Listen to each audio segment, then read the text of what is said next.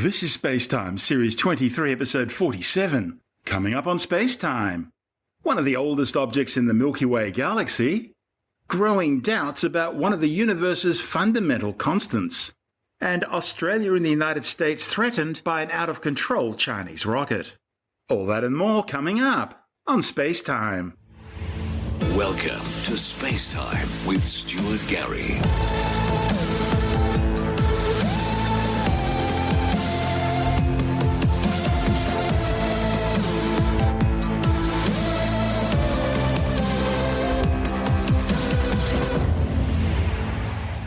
Astronomers have discovered an ancient globular cluster that appears to be a staggering 13.6 billion years old. Not bad considering the universe itself is only 13.8 billion years old. By the way, that makes this one of the oldest known objects in the Milky Way galaxy. A report in the journal Research in Astronomy and Astrophysics claims the cluster, named NGC 6652.4-05957, was identified by its unusual spectroscopic signature. Globular clusters are ancient, densely packed spherical collections containing hundreds of thousands to millions of stars.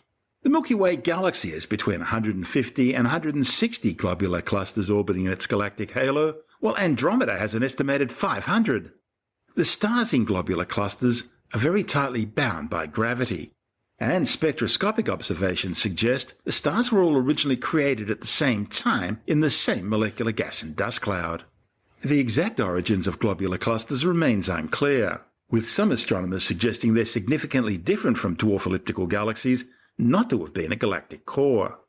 Because of their distance, always hanging around on the outskirts of galaxies, globular clusters can be very difficult to examine. So the study's authors, Margarita Sharina from the Special Astrophysical Observatory and Vladislav Samansky from the Kazan Federal University, came up with the idea of researching the spectra of full star clusters. So they developed a special software package called Cluster, and they've already used it to model the spectra and determine the fundamental characteristics of almost 40 globular clusters. But when they analysed the spectra of NGC 6652.4.05957, obtained from the Sierra Tololo Observatory, they found it had an unusually high metallicity compared to other globular clusters. Metallicity refers to any elements other than hydrogen and helium, the atoms produced in the Big Bang. The spectroscopic analysis also found some anomalies in the ratios of several elements, including carbon, nitrogen, sodium, magnesium, calcium and titanium. The authors suggest this could be due to the cluster passing through the galactic disk of the Milky Way on numerous occasions, in the process amassing heavier elements during each pass. This is SpaceTime. Still to come, growing doubts about one of the universe's fundamental constants, and Australia and the United States threatened by an out-of-control Chinese rocket. All that and more still to come on SpaceTime.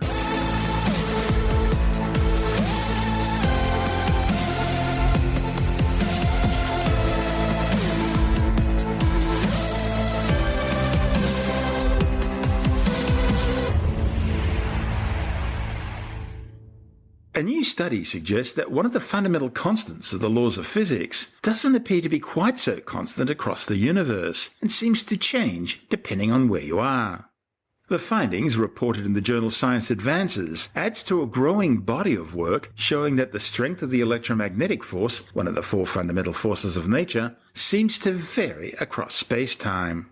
The observations could have profound implications for science's understanding of the cosmos, because it supports the idea of directionality in the universe, in other words, an isotropic cosmos. According to the Standard Model of Particle Physics, the foundation stone upon which science's understanding of the universe is based, the fine structure constant, which is a measure of the strength of the electromagnetic force that keeps electrons attached to their atoms and without which all matter would fly apart, should be exactly the same everywhere in the cosmos. The fine structure constant is a constant because it's a dimensionless number, a ratio involving the speed of light, Planck's constant, and the electron charge. The problem is, the study's lead author, Professor John Webb from the University of New South Wales, keeps finding tantalising evidence to the contrary.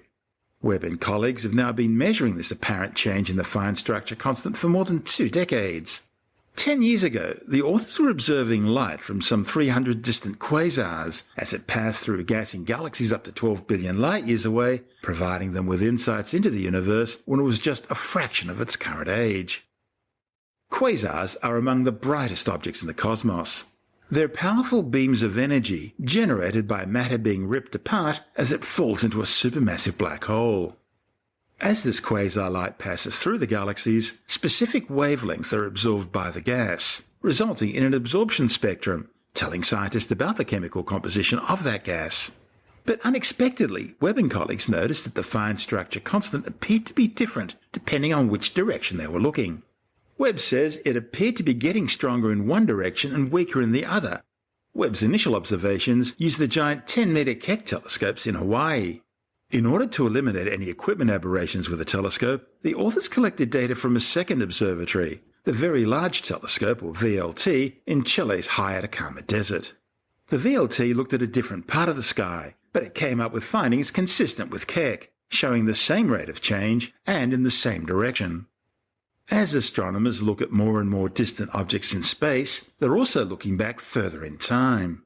So Webb and colleagues looked at even more distant quasars, some 13 billion light-years away. In a never-before undertaken observation, the authors carried out 4 measurements of the fine structure constant along the one line of sight to a quasar. Now, individually, these 4 measurements didn't provide any conclusive answer as to whether or not there really was any perceptible changes in the electromagnetic force. However, when combined with other observations undertaken by other scientists unrelated to Webb's work, the differences in the fine structure constant became evident. They found hints that the fine structure constant really was different in certain regions of the universe.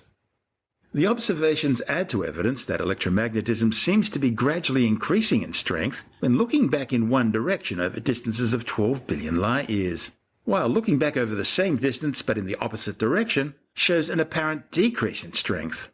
And yet in all other directions, the fine structure constant remains just that, constant. Now you may recall that last month on SpaceTime, we reported on the work of Konstantinos Migos from the University of Bonn, whose observations, reported in the journal Astronomy and Astrophysics, suggested that the universe is expanding at different rates in different directions. Astronomers generally agree that the universe started with a Big Bang about 13.82 billion years ago, and it's been continuously expanding ever since. That rate of expansion appears to be accelerating due to a mysterious force called dark energy, but that change in the rate of expansion still appears to be the same in all directions. Migos's research examined the relationship between the temperature of hot gases pervading a galaxy cluster and the amount of X-rays it produces, known as the cluster's X-ray luminosity. The higher the temperature of the gas in the cluster, the higher the X-ray luminosity is. And so once the temperature of the cluster gas can be measured, the X-ray luminosity can be estimated.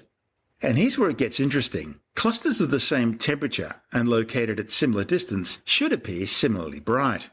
But that's not what they observed. Instead, Migos and colleagues saw clusters with the same properties and with similar temperatures, which appear to be less bright than what we would expect in one direction of the sky, and brighter than expected in another direction. And the difference was quite significant, around 30%. Even more interesting, these differences weren't random, but they had a very clear pattern depending on the direction of the sky you're observing.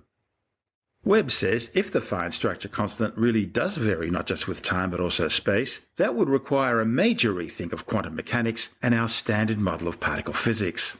He says if the fine structure constant is different in different parts of the universe, then that could mean different properties for chemicals and even biology.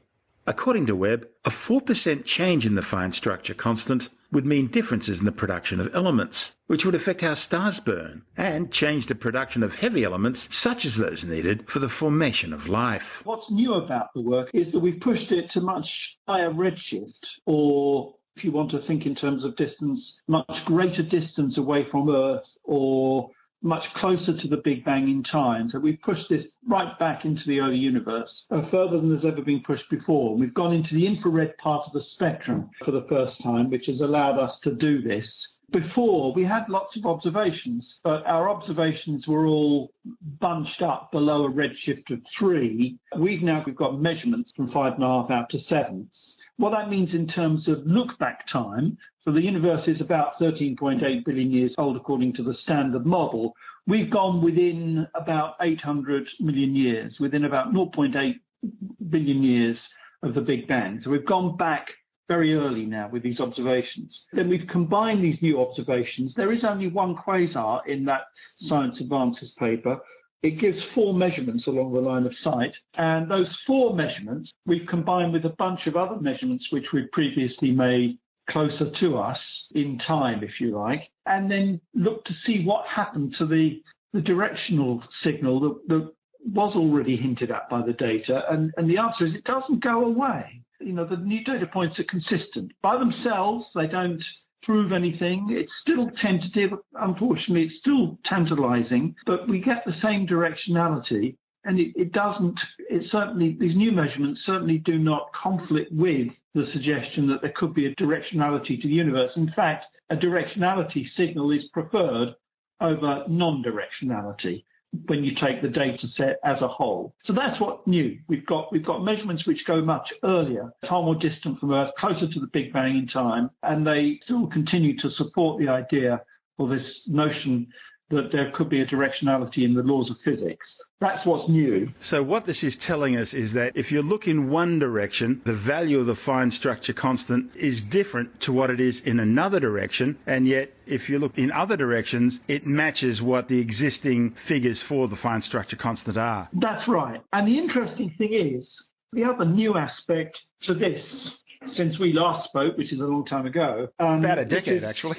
Yeah, I know. Time flies. Yeah. The other interesting thing is that there have been a bunch of other measurements. Now, this MICAS measurement is one of a bunch. There are measurements involving the cosmic microwave background, the bulk velocity flow of large numbers of galaxies, supernovae measurements in the MICAS observation X-ray emission from galaxy clusters, and so forth. There's a bunch of other types of observations which are completely independent of the sort of work that I'm doing on the fine structure constant and don't directly involve the laws of physics, but involve distribution of matter. And these things also suggest a directionality. Perhaps individually, each one, none of them especially compelling, although statistically significant at some level, but they all seem to line up on the sky within the errors. The errors are still big, but it's a very interesting situation. Now, there's a chance that it's a huge cosmic conspiracy or a cosmic fluke, in which case, that's just one of those things. But on the other hand, it's something that really does need exploring.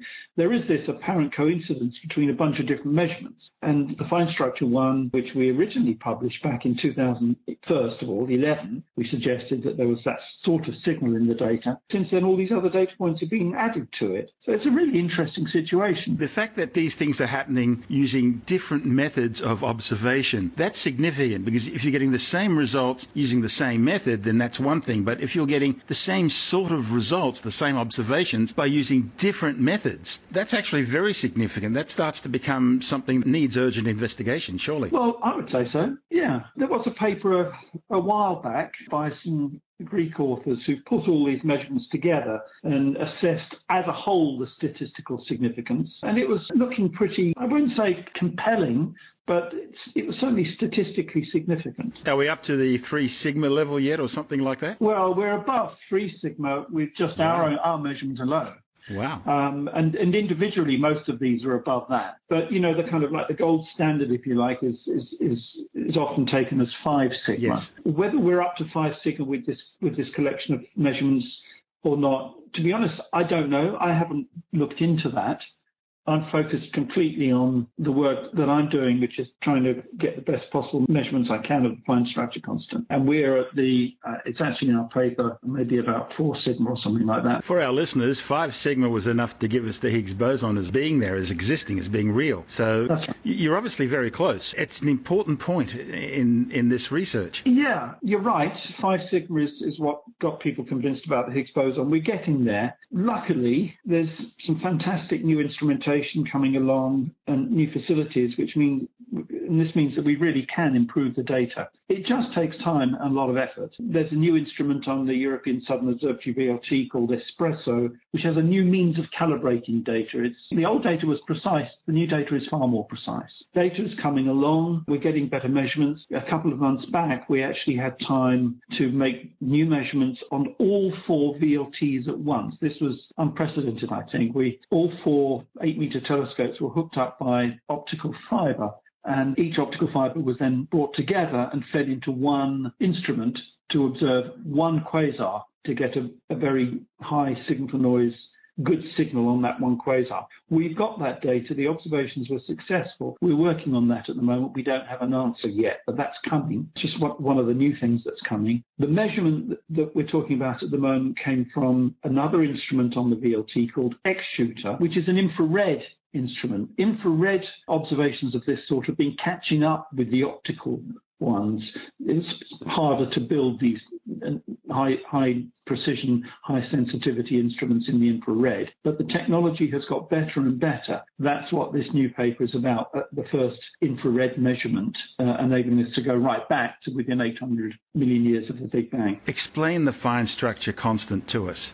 The fine structure constant is a dimensionless ratio of three quantities. It involves Planck's constant, the speed of light, and the charge on the electron. And it's a dimensionless ratio involving those three quantities. The fact that it's dimensionless, has no units, is very important because it means it's more fundamental than a quantity like, for example, the speed of light, which does have dimensions. So this is the sort of quantity that people like me focus on because you don't need the units to make the measurement. The fine structure constant itself is the number that physicists use to parameterize, to provide a measure of the strength of the electromagnetic force. There are four forces that we know about: electromagnetism and gravity, and then the two forces that act inside atoms, the strong and the weak force. And so it turns out that the electromagnetic force, as measured by the fine structure constant, is the one that we can perhaps most easily make measurements of. And it's a constant, which means it should be the same everywhere. And this research is showing that there's a growing possibility that it's not. That really has got to be affecting the foundation stones of our understanding of physics. That's right. The physics that we've been using for a very long time is based on the assumption that the laws of physics are the same throughout the history of the universe. They're the same everywhere. If you take Einstein's theory of gravity, for example, it's based on what's now given the name the Einstein equivalence principle, which states that the laws of physics are the same everywhere, and they always have been. That assumption makes it easier for theoreticians to build equations which give us predictive power and which describe the observations that are made of the universe. Without those assumptions, everything gets very much harder. So it's very appealing to have these simplifications built into our standard models of physics. But simplification isn't necessarily part of the real universe. It may be, it may not be. And modern theories, string theories, do permit, they have that option built into them that the fundamental constants should vary. To put it maybe slightly differently, in these new theories of everything, there's nothing that stops the fundamental constants changing, nothing fundamental that stops them changing. And so many theoreticians actually expect that at some level we're going to see such changes and have constructed new theoretical models to describe how that happens. The standard model does have its problems. It can't explain dark energy and it can't explain dark matter, at least not yet. That's got to be a hint that there has to be new physics beyond what we know. I would have thought that everyone would agree with that statement. You're right. The standard model of cosmology works very well if and only if most of the energy content of the universe is not in the form of protons, neutrons, and electrons, the stuff that we're made of, but has to be in the form of dark energy and dark matter as well. Without those assumptions, you can't make the standard model work. So there is certainly something new that we don't know about. Either the standard model is wrong, or these things, dark energy, dark matter, do exist. So something at some point will give. Dark energy couldn't just be an example of the Casimir effect on a cosmic scale, and dark matter isn't just a new type of neutrino that we haven't discovered yet. Or maybe it is. Maybe there is an axion, although the evidence doesn't seem to point to that. Well, people keep on placing upper limits on different candidates for dark matter particles, and the trouble is that, even when you add up all of the upper limits, you can't quite get to the amount of dark matter that you need to explain the observations of galaxy rotation curves and various other things. That so we haven't identified. Is hard to reach. Yeah, the dark matter hasn't all been found yet. There's lots of candidates. I guess most people would regard the dark matter not as the worst mystery, if you like, that dark energy is, because we really don't know what it is. We really don't have a clue as to what dark energy is. But on the other hand, it is in support of the Standard Model, it is fascinating that the Standard Model has so many incredible successes and works so very well in many different ways. We get amazing predictions from the models which predict the abundances of the light elements. To a significant extent, the universe does appear pretty isotropic. This is, of course, what we're discussing, whether it's completely isotropic. But, the CMB data is isotropic to within 1 part in 100,000. But is it completely? There is a residual signal in CMB data, which has not yet been, I think, explained completely. And there are all these other observations which seem to... The Hubble constant doesn't work in the CMB, and when compared to other measurements of distant supernovae. Yeah, well, the supernovae are interesting. There have been many papers which have looked to see whether there is a directionality in the supernovae data, which, of course, as you know, led to the Nobel Prize for the accelerating expansion of the universe. And as far as I know, the jury is still out, but there are several papers which suggest that, in fact, there is a directionality. And that's another direction which actually lines up with our fine structure constant dipole direction. There seems to be all these little clues in different areas of physics which are all pointing in that direction. There's certainly something interesting going on. As I say, whether it's a cosmic coincidence or not really remains to be seen. People are trying. We're just pushing ahead and trying to make better and better measurements. We've been working on this for a while. There is still plenty of data that we've got that we're analysing. We think that in about a year, we'll be able to get to the first 1,000 measurements of the fine structure constant. We're about halfway there at the moment. That may bring forth some answers. It's a slow job because these measurements are very complicated, but we're bringing in new methods. We've got some new AI methods that can now analyse the data in completely objective ways and do so automatically on sufficiently powerful supercomputers. That's Professor John Webb from the University of New South Wales. And this is SpaceTime. I'm Stuart Gary. Still to come, Australia and the United States threatened by an out-of-control Chinese rocket. And later in the Science Report, a new study warns that some kids with COVID-19 antibodies are starting to show signs of a new inflammatory syndrome. All that and more still to come on SpaceTime.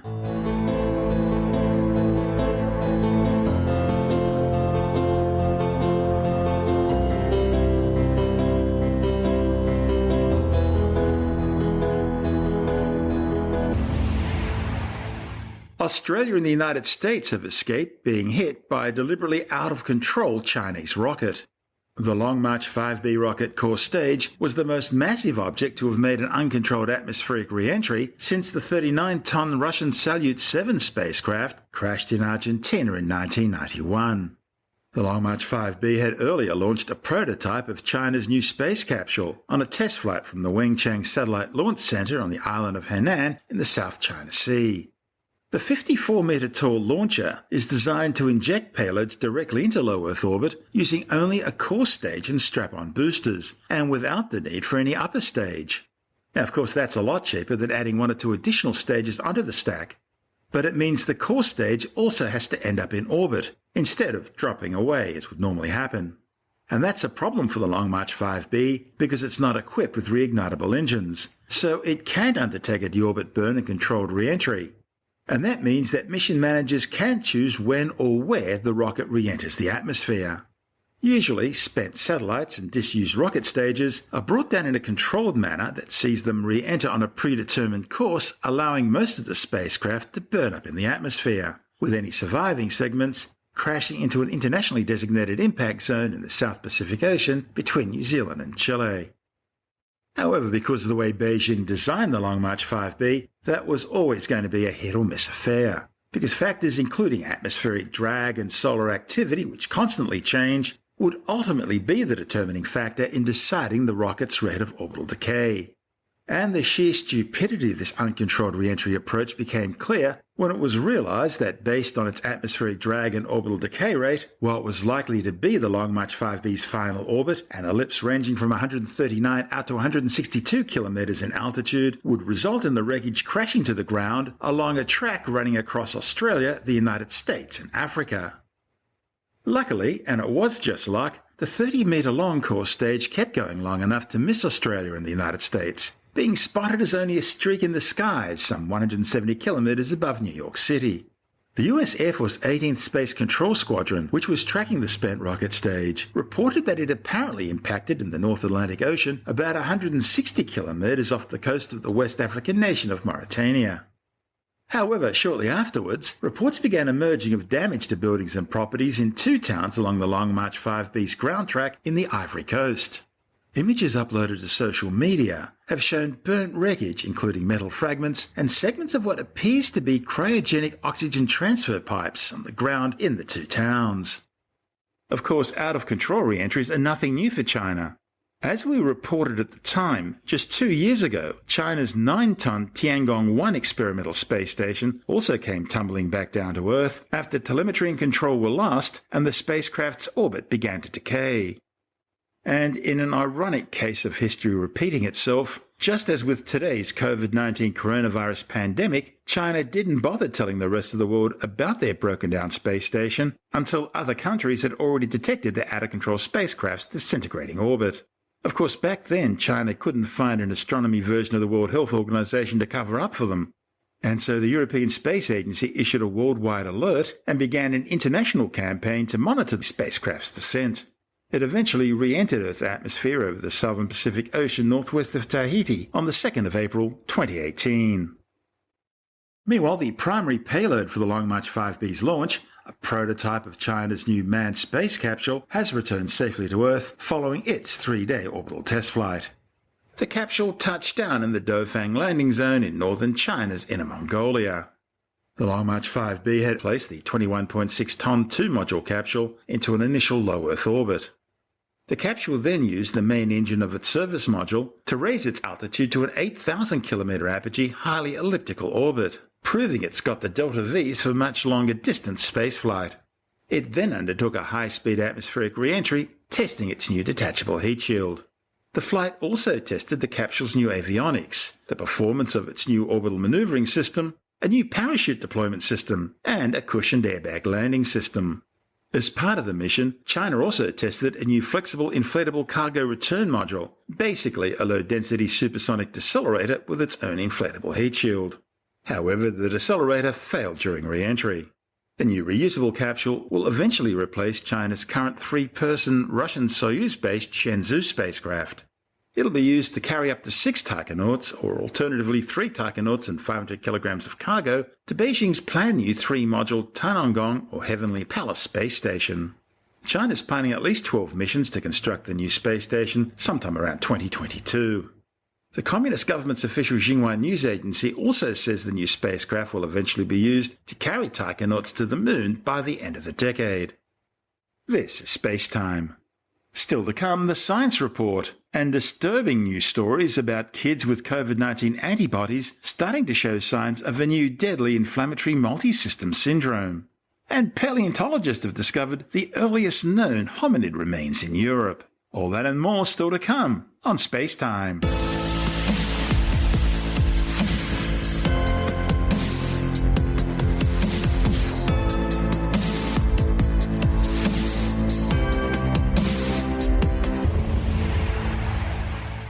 And time now to take a brief look at some of the other stories making news in science this week with a Science Report. A new study warns that some kids, teens and young adults could be at greater risk of severe complications from COVID-19 than previously thought, especially if they already have underlying health conditions. It all comes as a bit of a shock, because all the previous evidence has suggested that kids suffered only very minor symptoms from COVID-19, and most were completely asymptomatic. No one's exactly sure why, but it could be because kids' immune systems are more immature than those of adults and somehow react differently. However, over the past few weeks, there have been a number of disturbing reports that kids either with COVID-19 or with COVID-19 antibodies are becoming seriously ill, and some are even dying. That's prompted a new study in the Journal of the American Medical Association, which is describing a series of characteristics being suffered by seriously ill pediatric COVID-19 patients. The findings are based on a small group of just 48 kids and young adults up to the age of 21. It found more than 80% of those suffering from the new syndrome had chronic underlying conditions such as immune suppression, obesity, diabetes, seizures, or chronic lung disease. Of those, 40% were dependent on technological support due to either developmental delays or genetic anomalies. More than 20% experienced failure of 2 or more organ systems due to COVID-19, and nearly 40% required a breathing tube and ventilator. At the end of the follow-up period, nearly 33% of children were still hospitalised due to COVID-19, with 1 on life support and 3 still on ventilator support. At least 2 of the children admitted during the 3-week trial period have since died. This study was prompted by reports from paediatricians that a number of COVID-19 infected children are presenting to intensive care units with a range of unusual and varied symptoms. Doctors are provisionally referring to this new autoimmune disease as Pediatric Inflammatory Multisystem Syndrome temporarily associated with SARS-CoV-2, or PIMS-TS for short. The symptoms include prolonged fever, abdominal pain, low oxygen levels, rashes, conjunctivitis, irritability, and changes in the oral cavity, most noticeably a strawberry tongue. And closer clinical examinations also revealed that many of the kids suffering from this disease have developed inflammation within their hearts, characterized by inflammation of the coronary arteries. Now, these symptoms are all very reminiscent of what's observed in a rare childhood illness known as Kawasaki disease, which mainly affects kids under 5. Now, it's this overlap of all these symptoms which has prompted many specialists to speculate that COVID-19 is somehow triggering Kawasaki disease in these children.